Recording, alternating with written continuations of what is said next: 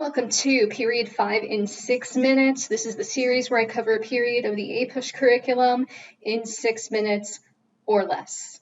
Today we're covering Period 5, 1848 to 1877. Can she cover Manifest Destiny, Westward Expansion, the Civil War, and Reconstruction, and Sectionalism in 6 minutes or less?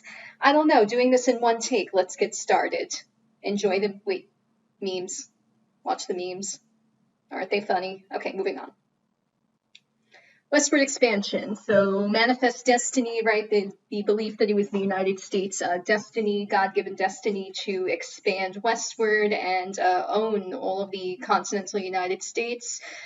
People that were in favor of this in the 1800s made arguments based on race, culture, racism, the fact that the white Anglo-American way of life, democracy, culture was superior to anything else in the region, superior to the Native Americans, to the Mexicans, all the way out west.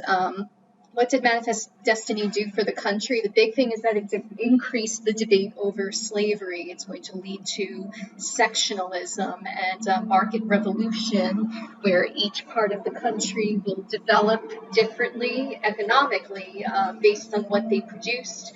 The North and the East will be largely business. The South will be agricultural as far as cash crops, cotton, tobacco, indigo, rice.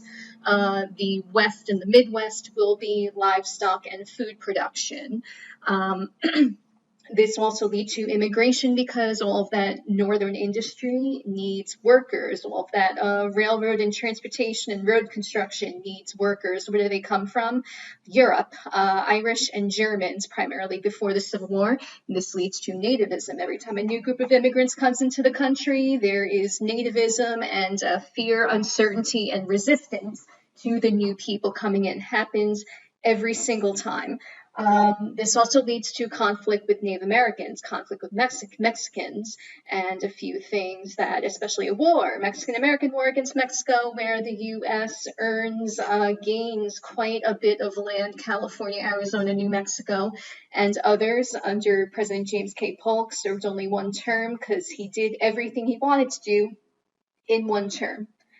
Amazing. A lot of war, though, during his term, too. Anyway, moving on. Sectionalism. Again, sectionalism, the idea that depending on where a person lives, a region of their country, they feel more attached to or they identify with that region rather than as just America as a whole. So you've got nationalism, which is just feeling pride for being American, but then sectionalism is pride for being a Northerner, a Southerner. Westerner, yeah, a little bit. The North, however, had more population, more immigrants, free labor, right? Immigrant labor, free black labor. The North was primarily industrial, and this is where the abolitionists live. At least they started out initially as a small kind of group. However, they grew by using mass media, like William Lloyd Garrison, The Liberator, Uncle Tom's Cabin, written by Harriet Beecher Stowe. They helped slaves escape, most famously through the Underground Railroad and Harriet Tubman. Some used violence. Think about John Brown when we covered him in Harper's Ferry and the Powhatan Massacre before that.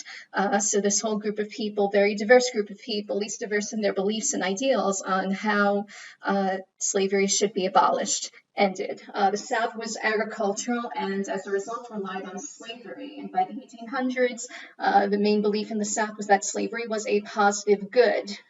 Big racial stereotypes and the idea that nullification, a state could nullify federal law that they believed was harmful for them. Remember the Kentucky and Virginia resolutions? Those planted the seeds for what you're seeing in sectionalism in the Civil War.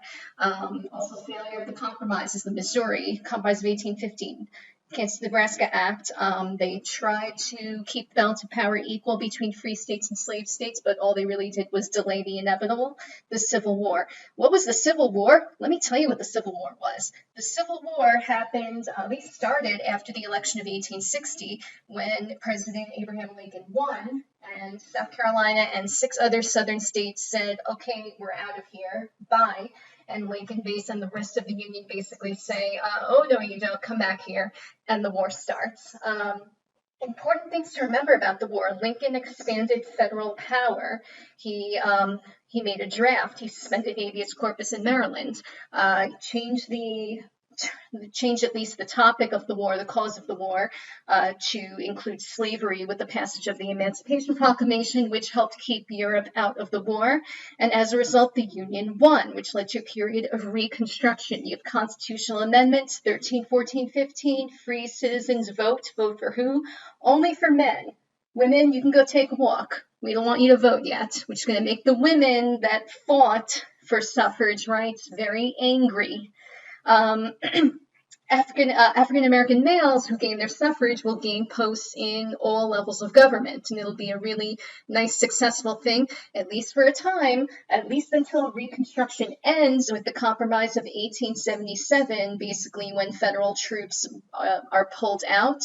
After Hayes is given the presidency, and the South basically goes back to its old tricks of passing Jim Crow laws, Plessy v. Ferguson, terrorism groups with the KKK, and it becomes a whole bunch of nonsense, at least until the 1960s when the civil rights movement starts up again for real.